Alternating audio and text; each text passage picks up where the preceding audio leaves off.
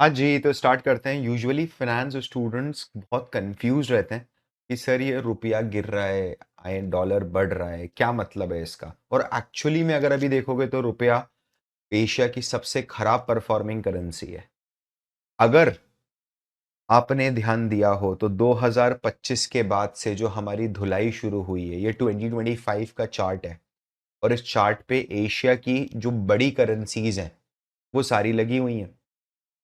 इसमें आप देखो, जो lowest performing currency, I would say जो वर्स्ट परफॉर्मिंग करेंसी है, दैट इज इंडियन रुपीस। -4.5 अभी तक, है ना। और रुपया भी अपने लाइफ टाइम लो पर है। यही होता है रुपए के केस के अंदर, रुपया जब बढ़ेगा तो लाइफ टाइम लो पे जाएगा। मतलब अगर अभी $1 85 का है और फ्यूचर में बढ़ के ये $1 90 का हो जाए, तो हम बोलेंगे कि रुपये की कीमत कमजोर हो गई। क्योंकि पहले $1 खरीदने में हमें सिर्फ 85 रुपीज देना पड़ते थे, आज हमें $1 खरीदने में 90 रुपीज देना पड़ रहे हैं। हम, है ना, इस सेशन के थ्रू ये समझने की कोशिश करेंगे कि ये जो करेंसी होती है क्या होती है, इसकी वैल्यू चेंज कैसे होती है, इमर्जिंग इकोनॉमीज में करेंसी ज्यादा वोलेटाइल क्यों होती है as compare to developed markets, है ना। एंड साला करेंसी इतनी कंफ्यूजिंग है, मैं कैसे इंटरफेरेंस निकालूं इसका। क्या मैं बोलूं कि अगर ये इतना हो रहा है तो इतना बड़ा है तो इससे क्या एडवांटेज है, मेरे को कुछ समझ नहीं आता सर। मेरे को सब कुछ बहुत कंफ्यूज कंफ्यूज सा लगता है। आप, है ना, नोटबुक लेके बैठो। It would not be a very easy class, है ना। It would be overloaded with concepts. Notebook लेके बैठो and in next 30-35 minutes, 40 minutes, I promise कि आपके majority of the doubts clear हो जाएंगे। आपके दिमाग में एक रोड मैप बिल्कुल क्लियर होगा कि अच्छा, डॉलर बढ़ रहा है, रुपया बढ़ रहा है, तो ये होगा, ये नहीं होगा। Now understand this. आप किसी भी करेंसी को देखो, किसी भी करेंसी को देखो, हम यहाँ रुपए पर डॉलर ही चलते हैं, ठीक है। इसकी, है ना, अपने आप में कोई वैल्यू नहीं होती। मतलब जैसे लैंड है, लैंड है ना, तो लैंड की एक तो वैल्यू है जो आप मार्केट में अवेलेबल है, एक उसकी और वैल्यू है जो आप इसके ऊपर फार्मिंग अगर कर रहे हो तो फार्मिंग से ये आपको यील्ड देती है, राइट। तो डॉलर या रुपया इन जनरल उसकी कोई वैल्यू नहीं, उसकी परसीव्ड वैल्यू है। वो सिर्फ और सिर्फ एक्सचेंज रेट के जैसे आते हैं आपके सामने, उनकी सिर्फ एक्सचेंज वैल्यू है। कैसे, इधर देखना। मैं एक सिंपल सा आपके सामने उदाहरण देता हूं। जनवरी 2025 को डॉलर का अप्रोक्सीमेट रेट था 85 रुपीस पर डॉलर। आज पूरा साल खत्म हो गया, दिसंबर 2025, अभी लास्ट वीक ही डॉलर ने 90 टच किया है। तो इन ये कैसे हुआ सर? यहां पर क्या हुआ पता है? यहां पर हुआ रुपी आपका डिफ्लेट, ठीक है सर। रुपी डिफ्लेट हुआ, रुपए की कीमत गिर गई, है ना। एंड डॉलर स्ट्रांग हो गया, रुपी वीक हुआ, डॉलर स्ट्रांग हुआ। ये हुआ क्यों? आप, है ना, बहुत सिंपल सा उदाहरण लेके समझ लो। आप तो में कुछ भी नहीं है, ये पानी की बोतल है, ठीक है। आप, है ना, आप जनरली जाते हो किसी भी शॉप पे और वो बिस्लरी का अथराइज वेंडर है, से फॉर एग्जांपल आप उससे जाके पानी की बोतल मांगते हो, ये वाली, वो कितने में देगा? वो बोलेगा आपको ये 5 रुपीज की बोतल है, कोई दिक्कत। आप रेलवे स्टेशन जाते हो, आप बोलते हो बिस्लरी की बोतल चाहिए। उसने शेल्फ में देखा आखिरी बोतल बची है, अप्रैल मई का टाइम है, बहुत क्रोचिंग हीट है। उसने बोला 25 रुपए। तो बोले तो 15 और 5 रुपए की है, बोले 25 रुपए। तो बोले कंप्लेन कर दूंगा, मैं यूट्यूबर हूँ, रेज बेट का वीडियोस डालता हूँ, यही काम है मेरा। बोले कर दे 25 रुपए। उसने प्राइस क्यों बढ़ा दिया ये बॉटल का? 5 रुपए की बॉटल 25 रुपीज में कैसे बिक रही है? क्योंकि बॉटल की सप्लाई कम है, या फिर बॉटल की डिमांड बढ़ गई है। आपको मेरी चीज समझ में आ रही है मैं क्या बोल रहा हूं? यहां से यहां तक दो चीजें हुई और दोनों ही एक साथ हुई हैं। नंबर वन, डॉलर की demand has increased and number 2 dollar का सप्लाई हैज डिक्रीज्ड। पूरा का पूरा गेम इसी के ऊपर है। अब बहुत सारे अलग अलग फैक्टर्स हैं जिनके थ्रू डॉलर की डिमांड और सप्लाई हिट करती है। हम इस पे बढ़ें इसके पहले हमें यह समझना जरूरी है that what are the catastrophic impact. अब देखो जी, पिछले एक साल में अगर आप देखते हो, जब भी रुपया डीवैल्यू होता है ना, रुपए की कीमत गिरती है, तो आपको समझना पड़ेगा that it always comes with a cost. Sir किस तरीके की कॉस्ट में समझा नहीं, मेरे तो मजे हो जाते हैं बल्कि। नहीं, ऐसा कुछ भी नहीं होता। आपको समझना पड़ेगा इंडिया पे अप्रोक्सीमेटली $700 बिलियन का लोन है, मोटा मोटा, है ना। मैं एग्जैक्ट नंबर्स पे नहीं जा रहा हूं। एंड लास्ट 25 ईयर्स में जो रुपए का डिवैल्यूएशन हुआ है वो हुआ है 3.5% प्रति ईयर के CAGR से, 3.5%। लास्ट 1 ईयर में जो रुपए का डिवैल्यूएशन हुआ है वो हुआ है 5%। ट्रस्ट मी, अगर किसी देश की करेंसी गिरती है तो उसका उस देश के प्रधानमंत्री की इज्जत के साथ कोई लेना देना नहीं है। मोदी जी ने गलत बोला था 2014 में, है ना। दूसरे फैक्टर्स हैं जो इसमें रोल प्ले करेंगे। ये जो 5% गिरा है ना इस साल, इस ये क्यों गिरा है वो तो मैं समझा दूंगा, कोई दिक्कत नहीं है।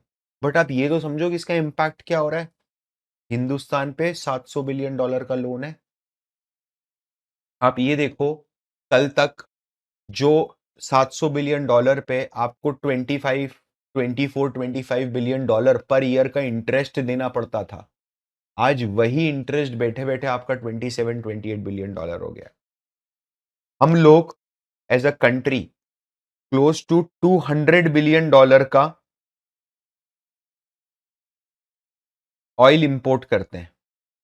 95% of our crude oil is being imported, 95%। आपने बैठे बिठाए सिर्फ 5% की फॉल के कारण, हाँ ब्रो, आपका क्लोज टू $12 बिलियन का एक्स्ट्रा अमाउंट अब आपकी जेब से जा रहा है। पहले अपनी हालत खराब है। क्या ये कॉन्सेप्ट आपको क्लिक कर रहा है कि रुपया जब भी डिवैल्यू होगा ना तो वो खुशी मनाने की बात नहीं है। हम एज अ कंट्री वीक हो जाते हैं उस चीज के कारण। आप अपने इंडिविजुअलिज्म वहां पर लूज करो 2 मिनट के लिए। हर चीज हमें महंगी मिक रही है। कोई बोलता है सर ये डिवैल्यूएशन क्यों हो रहा है। Now comes to the main point, right, why devaluation.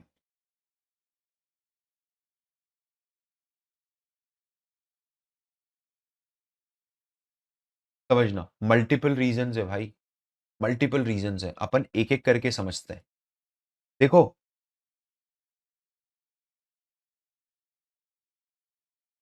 थोड़ा सा है ना, फाउंडेशन क्लियर होगा ना अगर, तो आपको समझने में बहुत आसानी मिलेगी, बहुत आसानी आएगी। मैं एकदम एकदम चिल होके आपको समझा रहा हूं, आप भी पूरी शांति के साथ समझना, पूरी शिद्दत से समझना। अपने को डिवैल्यूएशन समझना है, उसके पहले एक बहुत इंपॉर्टेंट कॉन्सेप्ट समझना। हमें ये समझना पड़ेगा कि आरबीआई का इंटरफेरेंस क्या है, ठीक है। और उसके भी पहले मुझे ये समझना पड़ेगा कि डॉलर का डोमिनेंस क्यों है। और उसके भी पहले में ये समझना पड़ेगा कि आज जब हम बात कर रहे हैं ना, तो हम क्या बोल रहे हैं पता है। हम बोल रहे हैं falling rupee against dollar. We are, ऐसा नहीं है कि रुपया पाउंड के अगेंस्ट बढ़ रहा है, नहीं, रुपया पाउंड के अगेंस्ट भी गिर रहा है, रुपया यूरो के अगेंस्ट भी गिर रहा है, रुपया न्यूजीलैंड डॉलर सिंगापुर डॉलर के अगेंस्ट भी गिर रहा है। बट आपके लिए ज्यादा कंसर्निंग क्या है, when rupee is falling against dollar. तो इसका तो एक क्लियर मतलब है ना कि आज मार्केट में डॉलर का डोमिनेंस है, जिसको अगर मैं आसान भाषा में बोलूं तो dollar is a reserve currency. Sir what do you mean by this. पहले क्या होता था ना, देश एक दूसरे के साथ जो सामान खरीदते थे, तो इंडिया ने अगर मान लो ब्राजील से कुछ सामान लिया, तो पहले गोल्ड ट्रांसफर होता था, फिजिकल गोल्ड, एक जगह से दूसरी जगह। कि मान लो ब्राजील से हमें, से फॉर एग्जांपल ब्राजील से हमें कॉफी मंगवानी है ना, ये ब्राजील से हमें या इंडोनेशिया से हमें पाम ऑयल मंगवाना है, से फॉर एग्जांपल पाम मंगवाना है, तो अब इंडोनेशिया गोल्ड जाएगा। फिर आया ब्रेटन वुड अग्रीमेंट, क्योंकि गोल्ड अब तो अनफीजिबल हो गया ना, ट्रेड का साइज बढ़ गया बहुत ज्यादा, पॉपुलेशन इंक्रीज हुआ, ट्रेड का साइज बढ़ा, तो चैलेंज आया कि यार गोल्ड के मूवमेंट में दिक्कत आ रही है, पायरेट्स आ रहे हैं, ये हो रहा है, वो इतना रिस्क लेके गोल्ड एक दुनिया के एक कोने से दूसरे कोने जा रहा है, फिर दूसरे कोने से तीसरे, बोले यही चल रहा है, majority of the gold is on the ship. तो बोले सब बंद करो, लेट्स डिसाइड अ करेंसी जिसमें पूरे 180 देश आपस में ट्रेड करेंगे, कोई किसी से मना नहीं कर सकता। तो यहां से निकला डॉलर। डॉलर क्यों निकला जी? क्योंकि अमेरिका सबसे अमीर था, आईएमएफ अमेरिका का, वर्ल्ड बैंक अमेरिका का, यूनाइटेड, सब कुछ है अमेरिका का। और अगर आपके देश की करेंसी एक ग्लोबल करेंसी बन रही है, तो it comes with a lot of power. आपकी इकोनॉमी जो है, it is been watched very closely, tracked very closely, followed very deeply. Exactly यही हुआ। अब क्या होता है ना ब्रो, आज अगर आपने रशिया से ऑयल खरीदा है, Russia is a bad example over here. आज अगर मान लो आपने जर्मनी से होम्योपैथिक मेडिसिन खरीदी है, which is a hub, Germany is a homeopathy, is their local medicine, applied applied science, right, उनका लोकल अप्लाइड साइंस है। अगर आपने जर्मनी से होम्योपैथी मेडिसिन खरीदी है, से फॉर एग्जांपल 100 करोड़ की साल में, भारत देश ने, आपने नहीं, टोटल इंडियन गवर्नमेंट ने, तो आप क्या कर सकते हो? दो ऑप्शन है आपके पास। आप बोल दो कि जी आपको अगर हमसे कुछ खरीदना हो तो आप खरीद लो $100 बिलियन का, 100 करोड़ का, तो ये बार्टर हो जाएगा। जर्मनी ने बोला नहीं, हमको आपसे कुछ नहीं खरीदना, आप तो 100 करोड़ रुपए हमको दे दो। मैंने बोला ठीक है। मैंने संजीव मल्होत्रा को बोला, मल्होत्रा साहब 100 करोड़ की पेमेंट की व्यवस्था करानी। मल्होत्रा साहब ने बोला मैं बैंक थोड़ा ना हूं, आरबीआई बैंक थोड़ा ना है, बोले एसबीआई को बोलो, वो करेगा व्यवस्था। एसबीआई को फोन लगाया, एसबीआई को बोला 100 करोड़ चाहिए, उसने बोला आईएनआर में चाहिए कि डॉलर में चाहिए। अब देखो एसबीआई ने यहां से गेम पलट दिया। क्या आप जर्मनी को आईएनआर में पेमेंट कर सकते हो? आप क्या करोगे आईएनआर में पेमेंट करके? वो क्या करेगा उस आईएनआर का? बोले सर वो हमसे सामान खरीदेगा। अरे नहीं खरीद रहा ना, रशिया के साथ करके देखा था ना डी डॉलराइजेशन के टाइम पे, कि रशिया को अपन ने रुपए में पेमेंट करा क्रूड ऑयल का, रशिया ने हाथ जोड़ लिया, भैया नीचे रुपया। कारण क्या है? सड़ रहा है पड़े पड़े। कहां सड़ रहा है? वो भी इंडिया में, यूज ही नहीं कर पा रहा हूं उसको, क्योंकि दुनिया का कोई दूसरा देश जिससे मैं व्यापार करता हूं, जिससे रशिया व्यापार करता है, वो रुपया एक्सेप्ट ही नहीं कर रहा है। और रशिया की इतनी जरूरत ही नहीं है कि वो इंडिया से इतना सारा सामान एक साथ खरीद ले, जितना रुपया उसके पास पड़ा है। तो यहां पर अब सब लोगों को चाहिए डॉलर, राइट। अब क्या होता है ना, डॉलर का डोमिनेंस है, नो डाउट अबाउट इट। अब हमें यह समझना, डिवैल्यूएशन पे एक मिनट, आप खुद ही बताओगे मेरे को कि डिवैल्यू क्यों हो रहा है, don't worry. One of the main reason, जो टेक्निकल रीजन है डिवैल्यूएशन का, अब हमें यह समझना है कि जनरली कोई करेंसी जो होती है, कोई भी करेंसी है, अपने केस के अंदर अपन रुपी डॉलर ही ले रहे हैं, इसका डिटर्मिनेशन कैसे होता है? Sir what do mean bye determination? मतलब ये कैसे डिसाइड होगा कि $1 बराबर कितना रुपया है? तो इसके तीन तरीके हैं मोटे मोटे। एक होता है पेग्ड रेजिम। आप पेगिंग कर देते हो, पेगिंग कर देते हो मतलब आपने बोल दिया कि भाई $1 इज इक्वल्स टू 45 रुपए। समझना, यहां पर मार्केट का कुछ भी नहीं चल रहा है, मैंने जो बोला वो फाइनल है।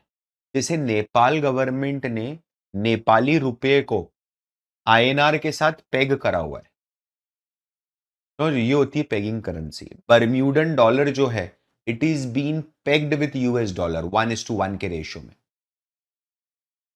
इसमें और पेगिंग भी आती है, हार्ड पेग होता है, सॉफ्ट पैग होता है, बट इतना भी रिक्वायरमेंट नहीं है आपको। दूसरा होता है फ्री फ्लोट। मतलब मैं कोई इंटरफेरेंस करूंगा ही नहीं जी, मार्केट को करने दो जो कर रहे हैं, प्योर डिमांड एंड सप्लाई के बेसिस पे रेट डिसाइड होगा। ये होता है अमेरिका में। यूएसए में जो करेंसी के रेट डिसाइड होते हैं, यूएसए मतलब USD versus euro, USD versus JPY, वो सारे फ्री फ्लोट होते हैं। एंड एक तीसरी कैटेगरी आती है जो हाइब्रिड है, अभी तक समझ गए होंगे आप लोग। वो हाइब्रिड कैटेगरी होती है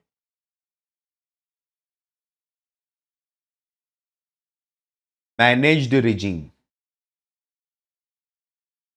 मैनेज्ड रिजीम का क्या मतलब है पता है? मैनेज्ड रिजीम का मतलब ये देखो, पेग्ड रिजीम में क्या कंट्रोल बहुत स्ट्रांग हो गया है क्या? Is it very bad for a healthy competition? It is. Free float में क्या हो गया है? फ्री फ्लोट में तो फिर ऐसा हो जाएगा सर कि कोई अगर मान लीजिए इंटरनेशनल इशू हुआ, तो हमको इंपैक्ट बहुत ज्यादा, एक ही दिन में डॉलर 8-10% गिर गया तो मैं क्या करूंगा, बढ़ गया तो क्या करूंगा, है ना? तो इस केस के अंदर एक बीच का रास्ता अपनाया जाता है, which is called as managed regime. यहां पर है ना, आरबीआई कोशिश करती है कि वो मैनेजमेंट करे, कंट्रोल ना करे, लेकिन छुट्टा सांड नहीं छोड़ना है। आप ऐसा समझो, अगर एक 12 साल का लड़का है, not even it's in teen age, तो उसको बहुत स्ट्रिक्ट सुपरविजन में रखा जा रहा है, दैट इज पैगिंग, राइट? एकदम देखो कहीं जा नहीं रहा है, कहीं आ नहीं रहा है, राइट? एक 19-20 साल का लड़का है, ही इज फ्री फ्लोट, तो जब आना है आ रहा है, जब आना है जा रहा है। लेकिन मैनेज्ड रिजीम क्या है पता है? टीन्स 14, 15, 16, आप बाहर जा रहे हो लेकिन लोकेशन शेयर करो मेरे साथ, राइट? तो I don't want to control you, but I want to manage you, where you are, what are you doing. Same thing happens in dollar. तो हम इंडिया में जो आरबीआई होता है, वो मैनेज्ड रिजीम पे काम करता है, ठीक है? अब आप ये समझो कि आरबीआई ने भी over a period of time within managed regime अपने है ना स्टांस को चेंज करा है, बार बार बार बार बार बार। Sir what do mean by that? मतलब ये है कि अगर आप देखते हो तो आरबीआई ने 1950 से लेकर के 1991 तक पेग्ड रखा, ताकि हम बताएंगे डॉलर का रेट क्या है। तो सुबह 9:30-10 बजे आरबीआई का पोर्टल ओपन होगा, वहां पर रेट आएगा और वही रेट पे पूरे दिन हिंदुस्तान में डॉलर खरीदा जाएगा, बेचा जाएगा, ठीक है? फिर उसके बाद क्या हुआ, 1991 के बाद लिबरलाइजेशन, ग्लोबलाइजेशन हुआ, हर्षद मेहता कांड हुआ। हर्षद मेहता कांड के जस्ट पहले की बात है, लिबरलाइजेशन, ग्लोबलाइजेशन हुआ। तो आरबीआई ने बोला कि now the rupee and dollar would be market led. ये मार्केट लेड है, but we will still manage the volatility. लेकिन अगर इसके अंदर कुछ गड़बड़ होती है, तो मैं वोलैटिलिटी को मैनेज करूंगा आके। लाइक फॉर एग्जाम्पल कैसे? 2 मिनट समझना। मैंने आपको बताया कि अगर डॉलर 85 से 90 गया है, तो उसके दो रीजन है। डॉलर की डिमांड बढ़ी है, डॉलर की सप्लाई कम हो गई है, तो डॉलर बिकम स्केरर। आरबीआई क्या करती है पता है? आरबीआई बीच बीच में आके वो स्केयर सिटी को कम कर देती है। आरबीआई अपने फॉरेक्स रिजर्व्स बेच देती है, डॉलर बॉन्ड को प्री मेच्योर कर देती है। तो उससे क्या, मार्केट में डॉलर आ जाता है, फिर से डॉलर आ जाता है, तो क्या डॉलर के रेट फिर से नीचे हो जाते हैं? फिर से नीचे हो जाते हैं। तो हम आएंगे करने बीच बीच में, लेकिन हम हमेशा नहीं करेंगे। फिर क्या हुआ पता है? थोड़ा समझना। 2023 से 2025 की स्टार्टिंग तक, यानी 23 और 24, 2 साल, जब शक्तिकांत दास थे, उन्होंने ये कोशिश करी 2023 से 25 तक, शक्तिकांत दास सर ने कोशिश करी कि डॉलर को है ना स्टेबलाइज करूं मैं। स्टेबलाइज करूं मतलब जैसे अभी डॉलर अगर 84 पे चल रहा है, तो डॉलर या तो +2% जाए या -2% जाए। तो +2% गया तो डॉलर से फॉर एग्जाम्पल 87 हुआ, -2% गया तो डॉलर से फॉर एग्जाम्पल 81 हुआ। अब ये क्या चाह रहे हैं पता है? अब ये चाहते हैं कि डॉलर को चलने दो, कोई दिक्कत नहीं, लेकिन जैसे ही 87 हुआ ना, शशिकांत दास सर आ गए मार्केट में बेचने डॉलर। आरबीआई ने तिजोरी खाली करी ना अपनी, राइट? और आरबीआई ने बोला कि डॉलर गिर रहा है वो डॉलर, जस्ट वो अपवर्ड की तरफ मूवमेंट दे रहा है, इसलिए आप नहीं बोलोगे कि बढ़ रहा है, गिर रहा है डॉलर 82 से 87 हो रहा है। तो आरबीआई ने क्या करा? आरबीआई आया, आरबीआई ने बोला एक काम करो जी, ये मेरा फॉरेक्स का गल्ला है, इसमें मेरे पास फॉरेक्स है, इसमें से ना आप फॉरेक्स निकाल लो और आप लोग सब खा लो, इसको यूज कर लो। तो सडनली आरबीआई ने सप्लाई बढ़ा दिया मार्केट में सप्लाई बढ़ा, 87 वाली चीज फिर से 84 हो गई। ठीक है, फिर ये ऊपर गई तो फिर आरबीआई ने सप्लाई बढ़ाया मार्केट में, तो फिर नीचे आई तो आरबीआई ने खरीद लिया आके, तो वापस ऊपर हो गए, आरबीआई ने डिमांड क्रिएट करी आके। ये सब कुछ चल रहा था 2025 तक। पता है 2025 ऐसा लगता है कि it was a properly planned year to start a economical disturbance and turbulence. 2025 में संजीव मल्होत्रा सर ने ऑफिस चेयर करा आरबीआई गवर्नर का, राइट? एंड इस बार क्या हुआ पता है? इस बार जब 87 रुपीज वापस आया डॉलर बढ़ के, तो लोगों को उम्मीद थी कि आरबीआई आएगा और आरबीआई फिर से अपने तिजोरी खोलेगा और रिजर्व निकाल के मार्केट में डाल के सप्लाई बढ़ा देगा। संजीव मल्होत्रा सर ने मना कर, बोले मैं नहीं बढ़ाऊंगा आप कुछ भी। कारण क्या है ना, आपकी क्या ये बहुत कंट्रोल्ड वाला काम हो रहा है। बोले मैं नहीं बढ़ा सकता। अब क्यों नहीं बढ़ा सकते सर? मेरे पास तिजोरी खाली हो जाएगी ना भाई। ये तिजोरी मैंने सिर्फ डॉलर को मैनेज करने के लिए थोड़ा ना रखी है। अगर कल को बाढ़ आ गई, कल को कोई नेचुरल कैलेमिटी आ गई, कल को कोई बायोलॉजिकल कैलेमिटी आ गई, कोई वायरस स्प्रेड हो गया, कोई पेंडेमिक एपिडेमिक आ गया, तो मैं क्या करूंगा? कोई डिस्ट्रेस आ गया, कोई बैंक डूब गई, है ना, कोई गवर्नमेंट का बाहर का लोन है जो नहीं रे पे हो रहा है, मैं कोई emergency, these are my emergency fund boss, so sorry. तो इस बार जब 87 पे डॉलर पहुंचा ना, तो उन्होंने बंद कर दी खिड़की, बोले अब पैसा नहीं मिलेगा। तो आरबीआई की तरफ से जो मैनेजमेंट हो रहा था वो पूरी तरीके से खत्म हो गया। एंड 2025 में आरबीआई ने एक नया स्टैंस अपनाया, जिसको आईएमएफ बोलता है क्रॉल लाइक मैकेनिज्म। ध्यान से समझ, what is crawl like mechanism? मैं कोई इंटरफेरेंस भी नहीं करूंगा, है ना, मेरा कोई इंटरफेरेंस नहीं रहेगा, लेकिन मैं फ्री फॉल नहीं होने दूंगा मार्केट को। यानी मैं सिर्फ 20% टाइम उंगली करूंगा। इसके पहले स्टेबलाइज में क्या हो रहा था? स्टेबलाइज के अंदर ये मार्केट पहले क्या हो रहा था? My intervention is more, now I have willfully decided, RBI has willfully decided that we will not gonna intervene. लेट तो क्या हो गया? जो आरबीआई डिमांड और सप्लाई को मैनेज करता था, आरबीआई ने करने से मना कर दिया। अब यहां पर फिर से क्वेश्चन होता है सर कि ये जो डिवैल्यू हुआ रुपया, ये हुआ क्यों? आप तो ये बताओ।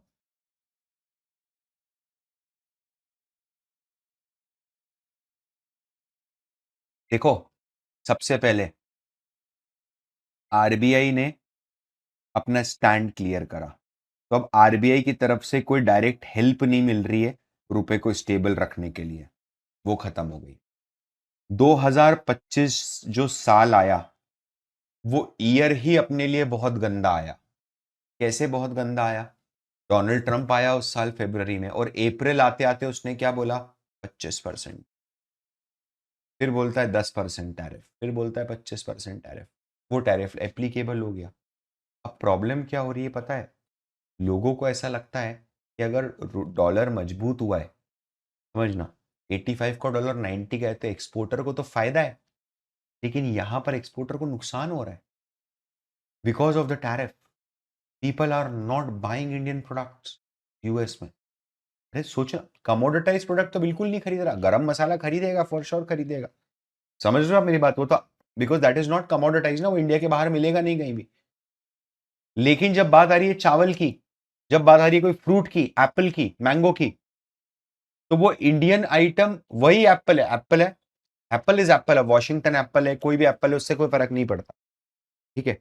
यहाँ टेक्सटाइल है, टॉवल है, white towel, good quality white towel. Now doesn't matter if it is coming from India और वियतनाम और ब्लडी मेक्सिको, जहां सस्ता मिलेगा मैं खरीद लेगा। तो एक्सपोर्टर्स है ना, उन्होंने रिपोर्ट करा है that there is a fall in sales, हमारी सेल में भयंकर गिरावट आई है, एंड वो दिख भी रहा है, एविडेंट भी है। इसके अलावा अगर आप देखते हो तो यूएस गवर्नमेंट ने एड्स और सब्सिडी जो देती है, जो एड देती है, जो सब्सिडी देती है, डायरेक्ट बेनिफिट मिलता था जो इंडियन गवर्नमेंट को, वो पूरी तरीके से बंद हो गया। यूएस में इतनी हालत टाइट हो गई इकोनॉमी की कि जो वहां पर रहने वाले एनआरआई, गुज्जूस एंड मल्लूस ना, इन्होंने जो ये पैसा भेजते थे ना, डॉलर इंडिया आता था, वो भी भेजना, अरे उनकी खुद की नहीं धुल रही उधर। They are not able to survive on their own, how would they share? क्योंकि हर चीज की महंगाई बढ़ी है ग्लोबली। क्या आपको ये चीज समझ में आ रही है? That all these things are closely interlinked. इस पे गवर्नमेंट आके बोलती है कि जीडीपी तो जी हमारा अभी आउटशाइन कर रहा है, ग्रोथ हमारी आउटशाइन कर रही है। तो समझना पड़ेगा, जीडीपी एक लौता इकोनॉमिक इंडिकेटर नहीं है, rather GDP is a very vague economic indicator. क्योंकि जीडीपी कभी भी आपकी रिलेटिव स्ट्रेंथ के बारे में बात नहीं करता है, जीडीपी बस एब्सोल्यूट नंबर बताता है। ठीक है? अभी निर्मला सीतारमन बोली कि एक्सपोर्टर को बेनिफिट होगा अगर रुपया गिरता है तो, बिल्कुल होगा, समझना। बट कब होगा पता है? इसके लिए एक छोटा सा कंसेप्ट है जो मैं आपको पढ़ाना चाहता हूं। देखना, निर्मला सीतारमन जो अपने देश की फाइनेंस मिनिस्टर है, वो बोलती हैं एक्सपोर्टर्स विल गेट बेनिफिट। ठीक है? इस लाइन को अपन समझते हैं। अभी आप मान लो कि इस समय $1 90 चल रहा है। ठीक है?